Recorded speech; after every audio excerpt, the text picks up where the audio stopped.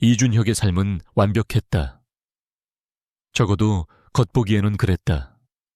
뉴욕 맨해튼의 최고급 펜트하우스 꼭대기층에 자리한 그의 거처는 창밖으로 펼쳐지는 도시의 화려한 야경만큼이나 차갑고 고요했다. 낮에는 수조원대 기업을 이끄는 젊고 유능한 CEO로서 빈틈없는 카리스마를 뿜어냈고, 밤에는 명문가 출신의 아름다운 약혼녀 윤세아의 곁에서 완벽한 연인의 모습을 연출했다. 그의 이름 앞에는 늘 성공, 능력, 재벌 3세 같은 수식어가 따라붙었고, 모든 언론은 그를 젊은 시대의 아이콘으로 추켜 세웠다. 하지만 그의 내면은 펜트하우스의 차가운 대리석 바닥처럼 공허했다. 그는 종종 밤늦게까지 홀로 서재에 앉아 창밖의 도시를 응시했다. 수십 년 된 값비싼 위스키를 한 모금 머금을 때마다 그의 손에는 미묘한 떨림이 감돌았다. 책상 위에는 재무 보고서와 투자 관련 서류들이 산더미처럼 쌓여 있었지만 그 어느 것도 그의 공허함을 채워주지 못했다. 그의 사무실과 집 어디에도 개인적인 흔적이나 따뜻한 온기는 찾아볼 수 없었다. 모든 것이 비서나 전문가의 손길로 완벽하게 정돈되어 있었고, 그만큼 비인간적이었다. 그는 자신이 마치 잘 만들어진 로봇처럼 느껴질 때가 많았다. 어느 비 오는 날 밤이었다. 늦은 시간까지 이어진 회의를 마치고 준혁은 고급 승용차에 몸을 실었다. 비서, 박민지가 운전하는 차는 익숙한 길을 따라 펜트하우스로 향하고 있었다. 그때 빗물로 흥건한 도로변 하수구 앞에서 민지가 갑자기 차를 멈췄다. 대표님, 저기 고양이가 빠진 것 같습니다. 민지의 목소리에는 망설임이 묻어 있었다. 준혁은 무심하게 시계를 쳐다봤다. 시간 없어, 그냥 가. 그의 목소리는 차가웠다. 그는 사소한 일에 시간을 낭비하는 것을 극도로 싫어했다. 그러나 민지는 차마 발이 떨어지지 않는 듯 고양이가 빠진 하수구를 안타깝게 바라봤다. 비록 작은 생명이었지만 그녀의 시선에는 연민이 가득했다. 준혁은 그런 민지의 뒷모습을 보며 알 수 없는 답답함을 느꼈다. 그는 결국 한숨을 쉬며 말했다. 알았어. 잠깐 서. 그는 직접 차에서 내려 비를 맞으며 하수구에 빠진 작은 길고양이를 꺼냈다.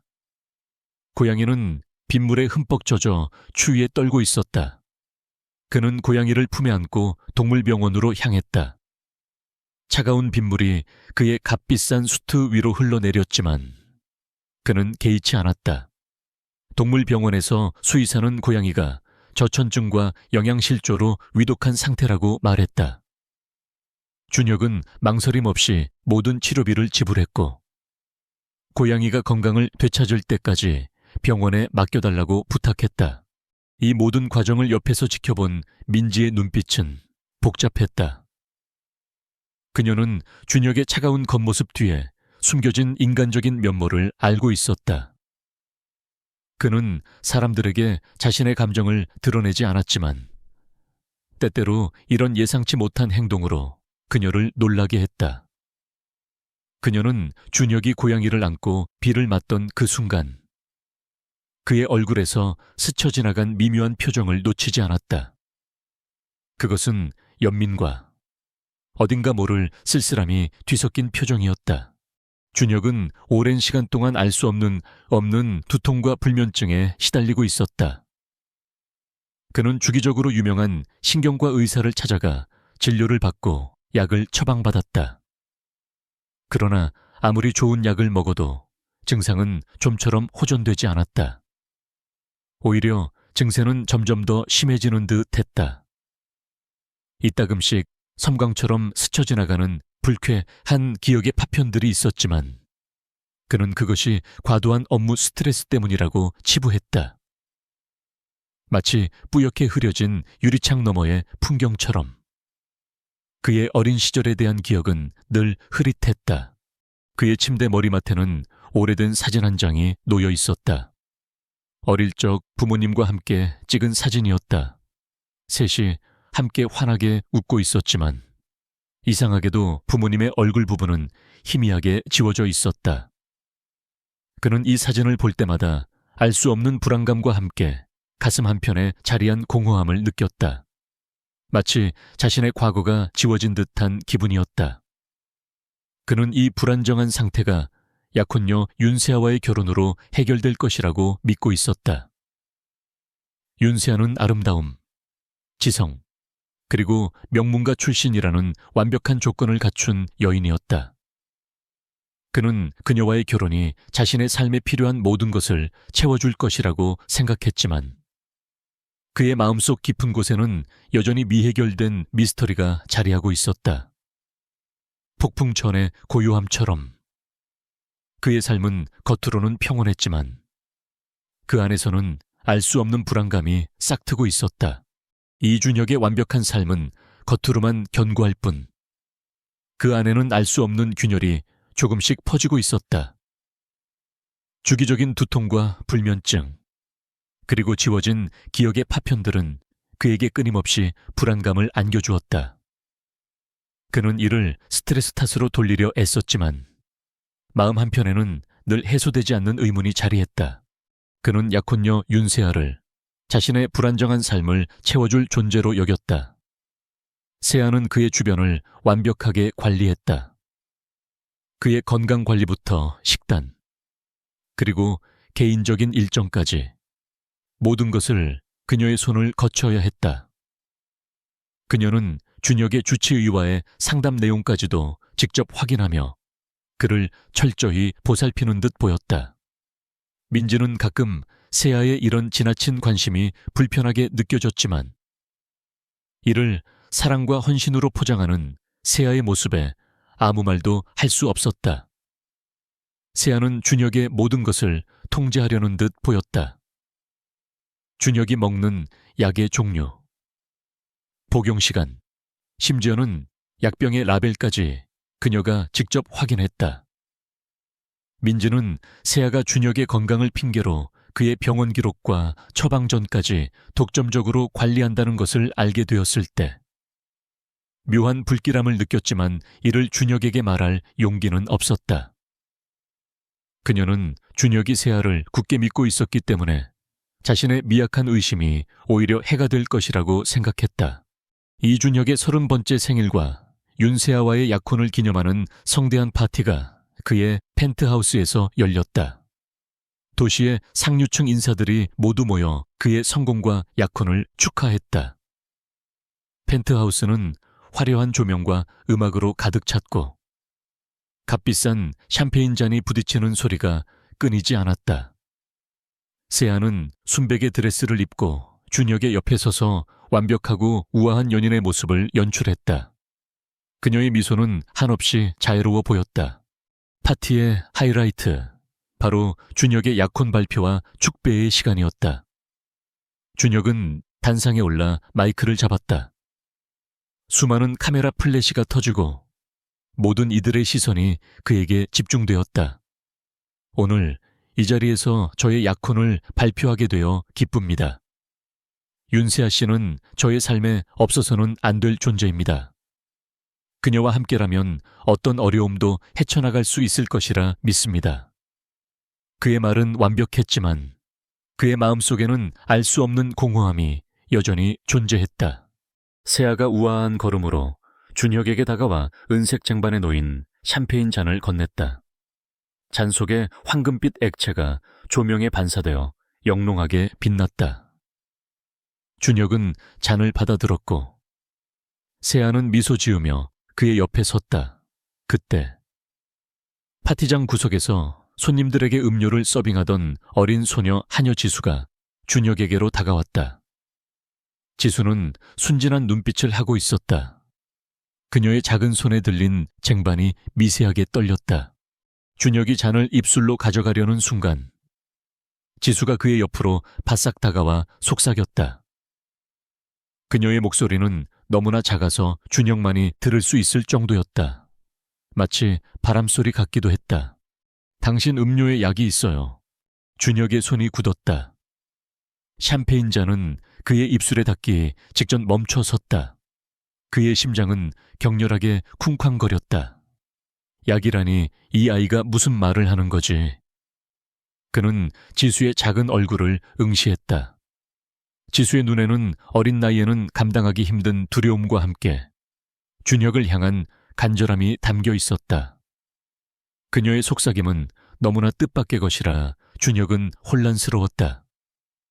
이성적으로는 이 모든 상황이 말도 안 되는 거짓말이라고 생각했지만 동시에 지수의 순수한 눈빛에서 묘한 신뢰감이 느껴졌다.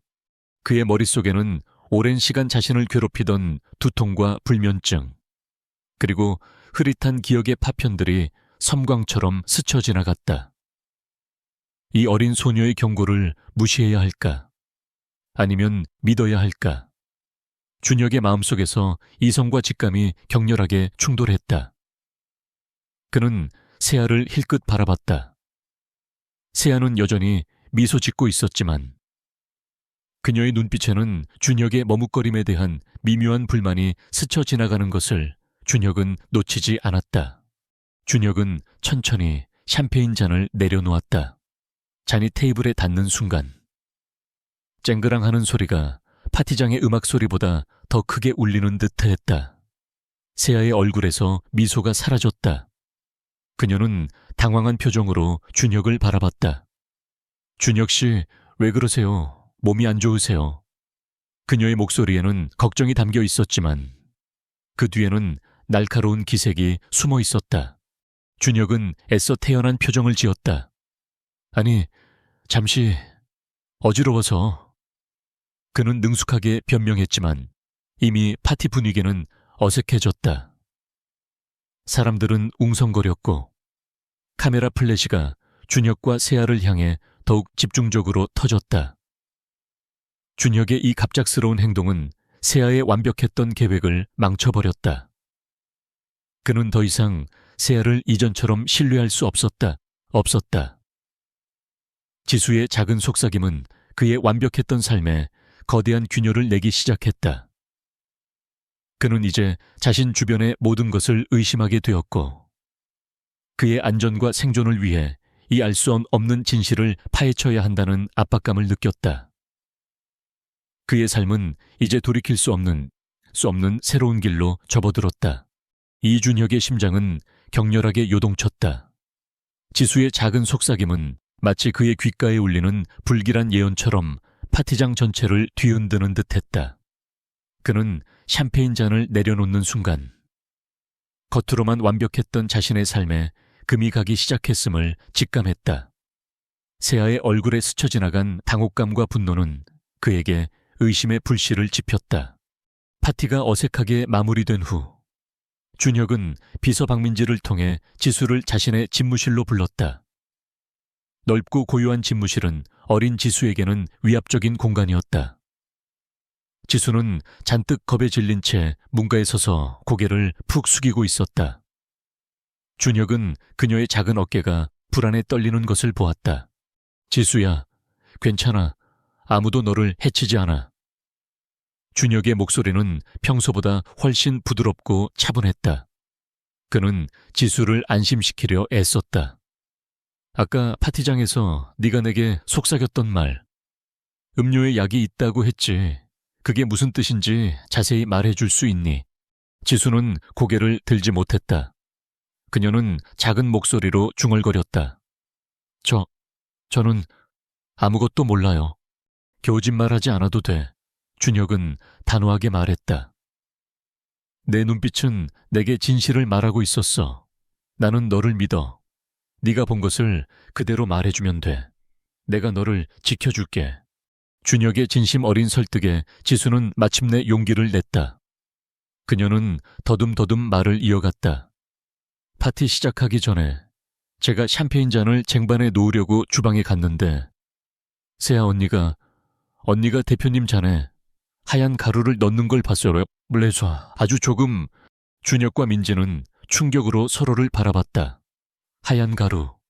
그리고 그 가루가 뭔지 궁금해서 몰래 세아 언니 방에 가서 찾아봤어요. 그게 약병에 들어있었는데 병에 글씨가 써 있었어요. 기억을 흐리게 하는 약이라고. 지수의 목소리는 거의 울먹였다. 그녀는 순진한 호기심으로 인해 엄청난 비밀을 알게 된 것이었다. 지수는 사실 평소에도 주방에서 세아의 행동을 유심히 관찰해 왔었다. 세아가 준혁의 음료에 종종 무언가를 몰래 넣는 것을 몇 번 목격했지만 그것이 무엇인지는 알지 못했다. 이번에는 직접 확인하고 싶었던 것이다. 준혁의 머릿속에서는 모든 퍼즐 조각이 맞춰지는 듯 했다. 오랫동안 자신을 괴롭히던 두통, 불면증, 흐릿한 기억들, 이 모든 것이 약물 때문이었음을 깨달았다. 배신감과 분노가 그의 심장을 짓눌렀다. 약혼녀라고 믿었던 세아가 자신에게 이런 끔찍한 짓을 저질렀다니. 박민지는 지수의 말을 듣는 내내 얼굴이 창백해졌다. 그녀는 과거 세아의 미심쩍은 행동들을 떠올렸다. 준혁의 건강을 핑계로 병원 기록을 독점적으로 관리했던 사실, 준혁이 먹는 약의 종류와 복용 시간을 지나치게 확인했던 행동들, 그리고 그녀가 가장 크게 의심했던 것은 세아가 준혁의 모든 의학적 상담에 배석하고 심지어 주치의와 따로 만나 비밀스러운 대화를 나누는 모습이었다. 민지는 세아가 준혁의 주치의와 공모했을 가능성을 직감했다. 민지 씨, 지금 당장 세아의 동선을 파악하고 그녀의 주치의를 은밀히 조사해줘. 준혁의 목소리는 차갑게 가라앉아 있었다. 그리고 지수는 아무도 모르게 안전한 곳으로 옮겨줘. 모든 비용은 회사에서 부담한다. 하지만 준혁이 움직이기도 전에 적대 세력의 행동이 시작되었다. 세아는 준혁이 자신의 샴페인을 마시지 않은 것을 이상하게 여겼고 지수가 준혁에게 무언가를 속삭이는 것을 목격했다는 보고를 다른 하녀들을 통해 들었다. 그녀는 즉시 지수를 해고하도록 지시했다. 박이모는 세아의 명령을 받고 지수를 불러냈다.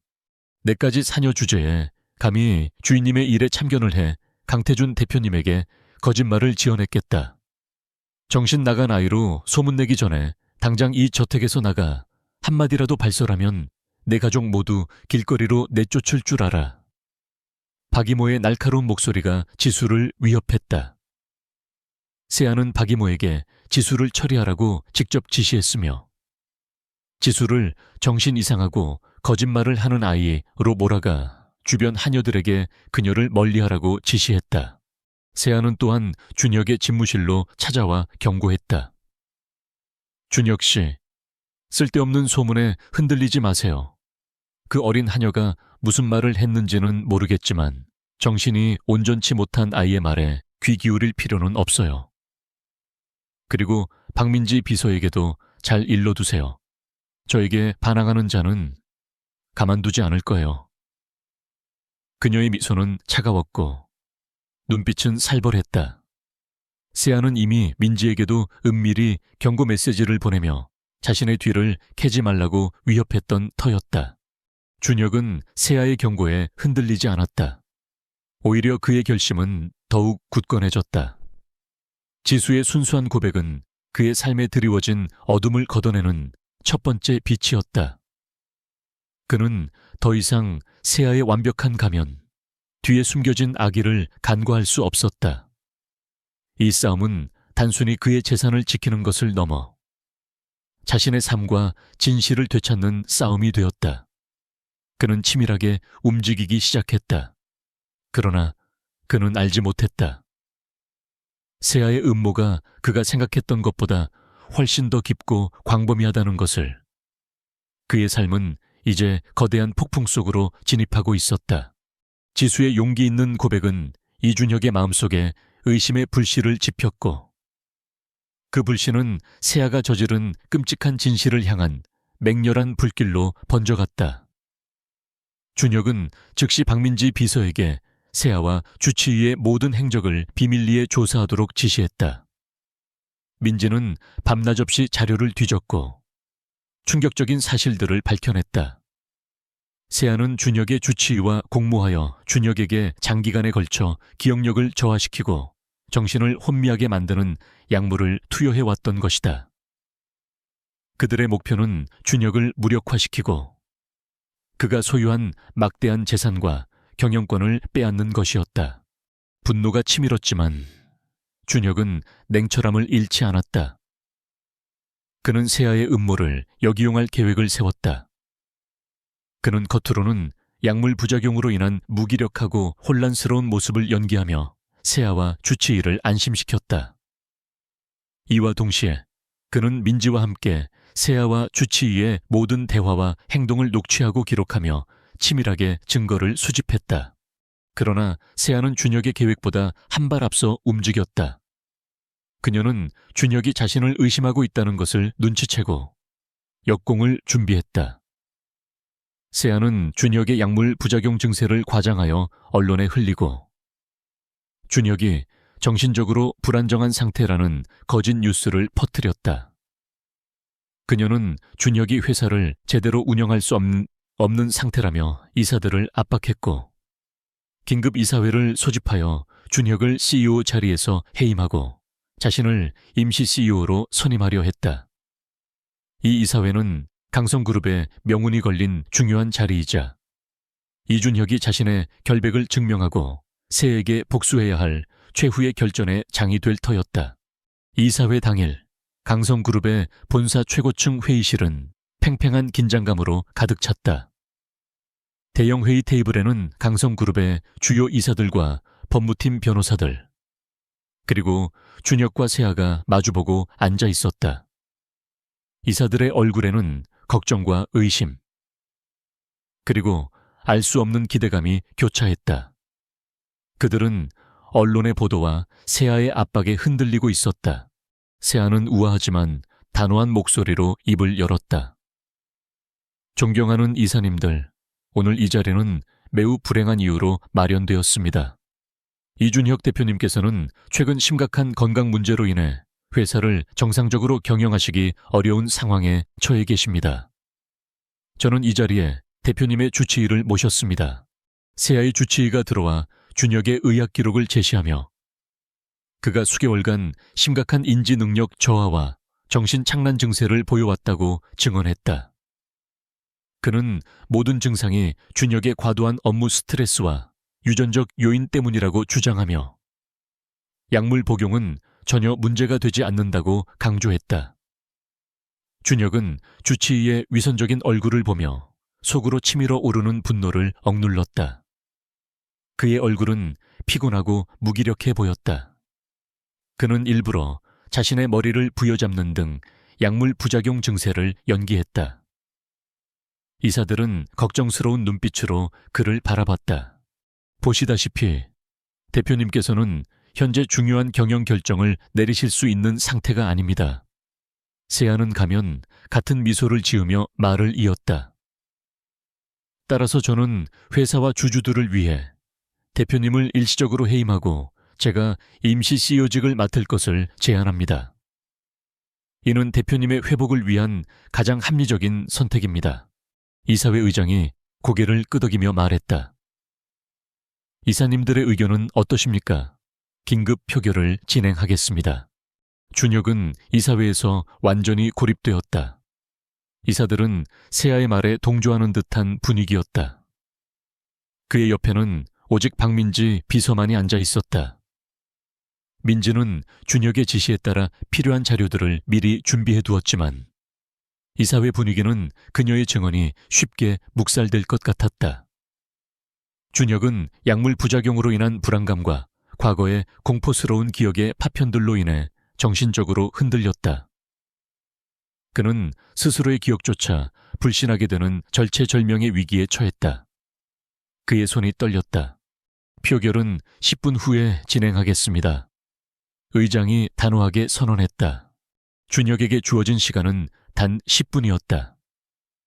10분 안에 그는 자신의 결백을 증명하고 세아의 음모를 폭로해야 했다. 그렇지 않으면 그의 모든 것, 즉 회사 명예, 그리고 어쩌면 목숨까지도 잃게 될 터였다. 10분이라는 짧은 시간은 그의 모든 것을 걸어야 하는 극한의 순간이 되었다. 그의 심장은 북처럼 격렬하게 울렸다. 그는 침착하게 숨을 고르고 마지막 방역을 준비했다. 이 모든 음모의 시작점은 어린 하녀 지수의 순수한 경고 한마디였다. 그 한마디가 준혁의 삶을 지옥 같은 진실 속으로 끌어들였고, 이제 그는 이 지옥에서 벗어나기 위한 최후의 싸움을 시작해야 했다. 이사회장의 10분은 마치 10년처럼 길게 느껴졌다. 이준혁은 심장이 쿵쾅거렸지만 겉으로는 침착함을 유지하려 애썼다. 그는 약물로 인해 혼미했던 과거의 자신을 떨쳐내고 냉철한 CEO의 모습으로 돌아왔다. 그의 눈빛은 더 이상 흐릿하지 않았다. 모든 이사들은 그에게서 풍겨져 나오는 알 수 없는 기운에 잠시 술렁겼다. 시간이 얼마 없습니다. 이준혁 대표님. 의장이 냉정하게 말했다. 증명하실 것이 있다면 지금 하셔야 합니다. 준혁은 세아를 똑바로 바라봤다. 그녀의 얼굴에는 여전히 승리자의 오만한 미소가 걸려 있었다. 증명할 것이 있습니다. 그리고 그 증명은 여러분 모두를 충격에 빠뜨릴 것입니다. 그는 박민지 비서에게 눈짓했다. 민지는 재빨리 준비해둔 태블릿을 꺼내 스크린에 연결했다. 준혁은 단호한 목소리로 말을 이어갔다. 저는 지난 몇 달간 저를 괴롭히던 두통과 불면증, 그리고 기억력 저하의 원인이 스트레스가 아닌 고의적인 약물 투여 때문이라는 것을 알게 되었습니다. 이사들은 웅성거렸다. 세아는 비웃음을 흘렸다. 준혁 씨, 그건 비현실적인 망상이에요. 주치의의 증언도 듣지 않으셨나요? 물론 들었습니다. 준혁은 세아의 말을 잘랐다. 그리고 그 주치의가 당신과 공모했다는 증거도 가지고 있습니다. 순간 회의실 스피커에서 누군가의 목소리가 흘러나왔다. 그것은 바로 준혁의 주치의 목소리였다. 그 약물은 기억력과 판단력을 서서히 저하시키도록 설계되었습니다. 세아 사모님, 완벽하게 이준혁 대표님을 바보로 만들 수 있을 겁니다. 그때가 되면 모든 경영권은 사모님의 손에 들어올 겁니다. 걱정 마십시오. 아주 잘 해dom어요. 원장님, 수고비는 두둑이 챙겨줄게요. 그 바보 같은 이준혁이 저한테 속아 넘어가는 꼴이 아주 우습네요. 나중엔 제 손바닥 안에서 놀게 될 거예요. 회사는 제 것이 될 거고 그 멍청한 비서 박민지까지 제가 해고시킬 겁니다. 주치의와 세아의 대화가 회의실을 가득 채웠다. 이사들은 경악하여 입을 다물지 못했다. 세아의 얼굴은 새파랗게 질렸다. 그녀는 준혁을 노려봤지만 준혁은 눈 하나 깜빡하지 않았다. 그는 주치의가 자신의 사무실에 자주 드나든다는 것을 알고 민지에게 미리 도청 장치를 설치해달라고 지시했던 것이다. 이게 다가 아닙니다. 준혁은 차분한 목소리로 말했다. 저는 약혼 발표 파티에서 한 어린 소녀로부터 경고를 받았습니다. 제 음료에 약이 있다는 경고였습니다. 그 어린 소녀의 순수한 용기가 저를 살렸습니다. 저는 그 순간부터 세아 씨를 의심했고 그녀의 모든 행동을 감시해왔습니다. 놀랍게도 저는 아주 가까운 곳에 그녀의 모든 악행을 기록할 도구를 가지고 있었습니다. 그의 손이 빛나는 약혼 반지로 향했다. 준혁은 반지를 들어 올렸다. 이사들은 의아한 표정으로 반지를 바라봤다. 이 약혼 반지 안에는 초소형 카메라가 심어져 있습니다. 준혁의 목소리가 회의실에 울려 퍼졌다. 세아 씨가 제 음료에 약을 넣는 순간부터 지수라는 어린 하녀를 위협하고 해고시키는 순간까지 모든 것이 이 카메라에 기록되어 있습니다. 스크린에는 고화질 영상이 재생되기 시작했다. 화면 속에서 윤세아는 준혁의 샴페인 잔에 흰 가루를 몰래 넣고 있었다. 이어서 지수에게 다가가 귓속말을 하던 준혁의 모습이 잡혔고 지수가 해고당하며 박이모에게 끌려가는 장면. 그리고 세아가 냉정하게 정신 이상한 아이의 말에 현혹되지 마세요 라고 말하는 모습까지 생생하게 기록되어 있었다. 그리고 가장 충격적인 장면은 세아가 약물로 인해 비틀거리는 준혁의 앞에서 환하게 웃으며 비웃는 모습이었다. 이제 곧 완전히 내 것이 될 거야. 강성그룹, 네가 내 발 아래 꿇는 모습을 보고 싶어 죽겠어. 화면이 꺼지자 회의실은 다시 정적이 흘렀다. 숨소리조차 들리지 않았다. 이사들의 얼굴은 분노와 충격으로 일그러져 있었다. 그들은 자신들이 감쪽같이 속아 넘어갔다는 사실에 치를 떨었다. 세아는 비명을 지르며 준혁에게 달려들어 태블릿을 부수려 했지만 경호원들에 의해 순식간에 제압당했다. 그녀는 발버둥치며 악을 썼다. 이건 거짓말이야. 조작이야. 전부 조작이라고. 준혁은 차가운 눈으로 그녀를 바라봤다. 이것이 바로 당신의 진짜 정체입니다. 윤세아 씨, 당신은 저의 재산을 탐내고 저의 생명까지 위협한 파렴치한 범죄자입니다. 그는 침착하게 미리 대기하고 있던 경찰에 연락하여 세아와 주치의를 현장에서 체포하도록 지시했다. 경찰이 들이닥치자 회의실은 아수라장이 되었다. 세아는 수갑이 채워진 채 울부짖었다. 이사들은 준혁의 치밀함과 냉철한 판단력에 감탄하며 압도적인 지지를 보냈다. 그들은 준혁에게 다시 한번 신뢰를 표했다.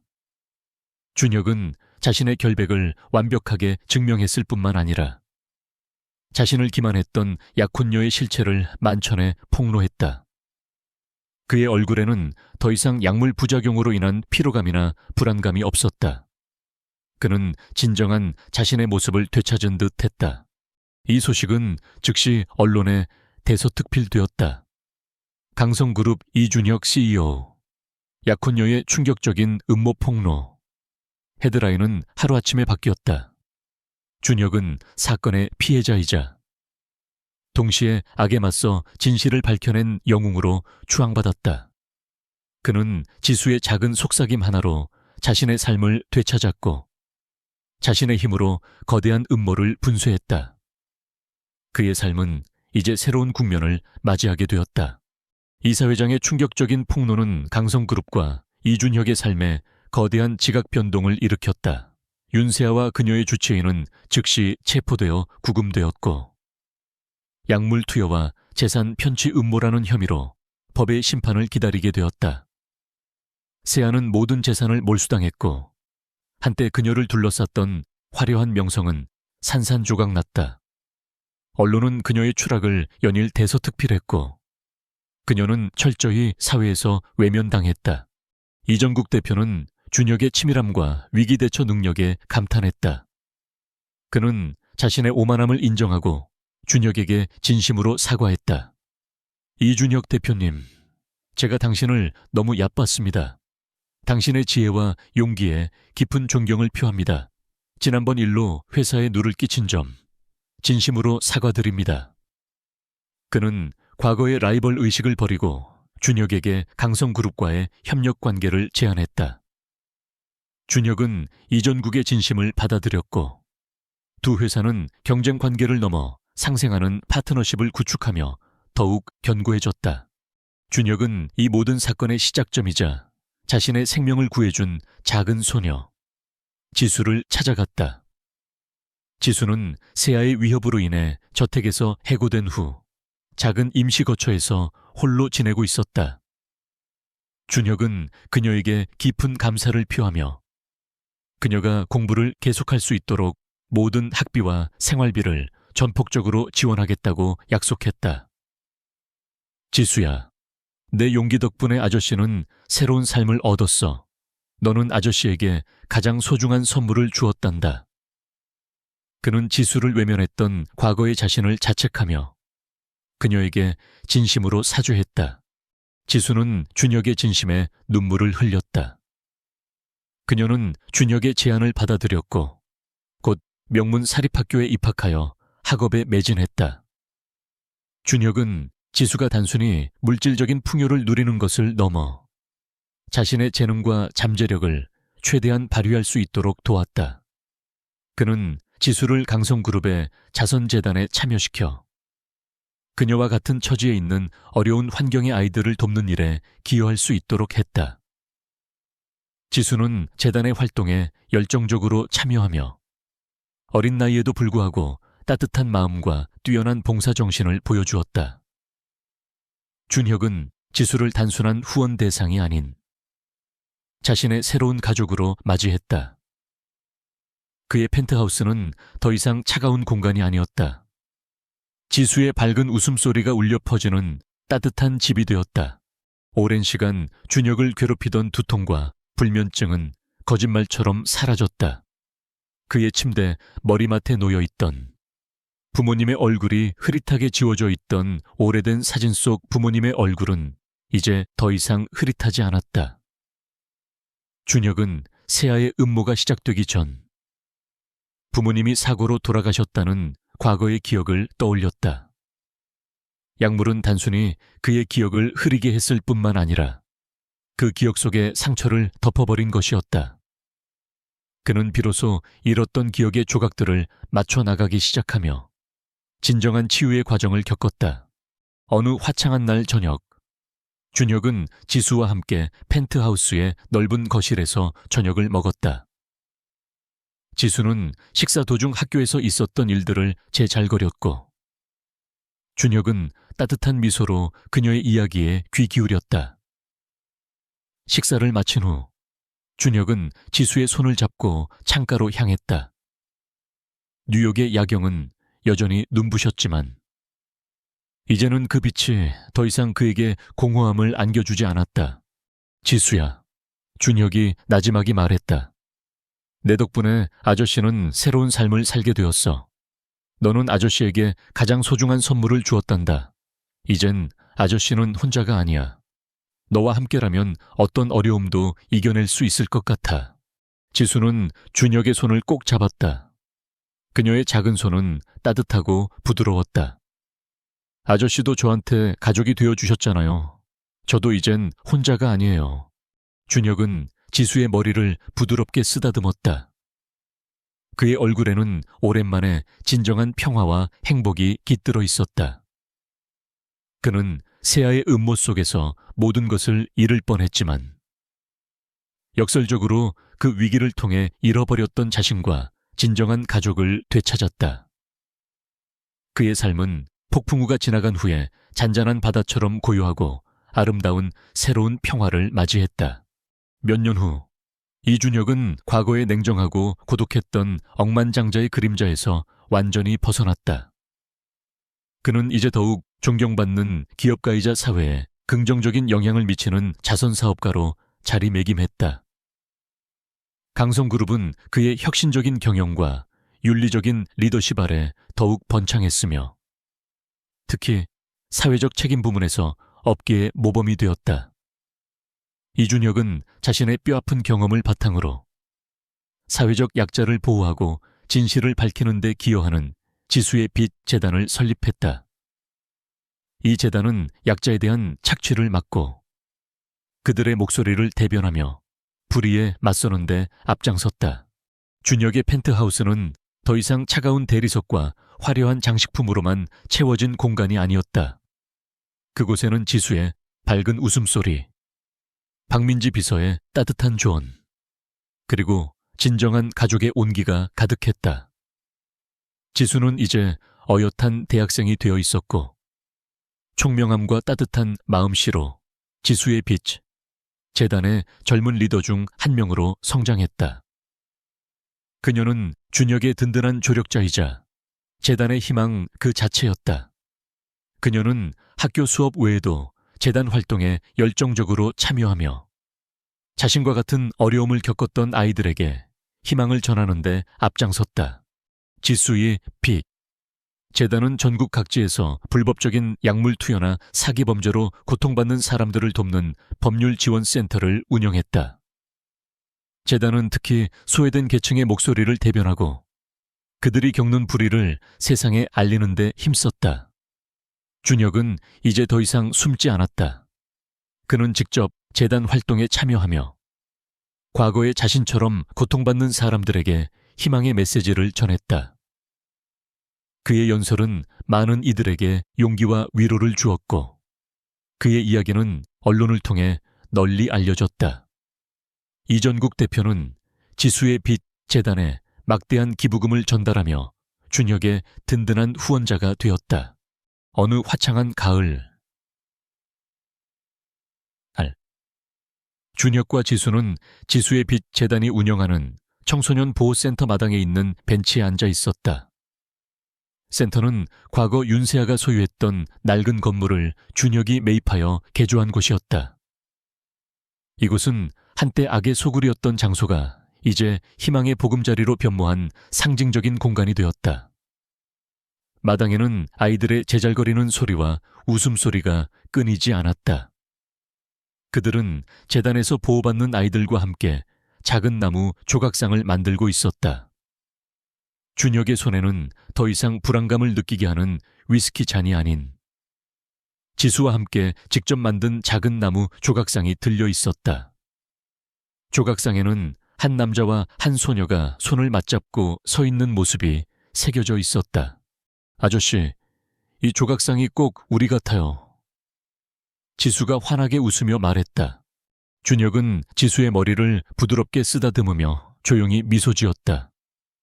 그의 얼굴에는 과거의 그늘 대신 따뜻하고 온화한 빛이 감돌았다. 그는 이제 완벽하게 치유되었고 그의 삶은 진정한 행복과 의미로 가득 차 있었다. 그는 더 이상 외롭지 않았다.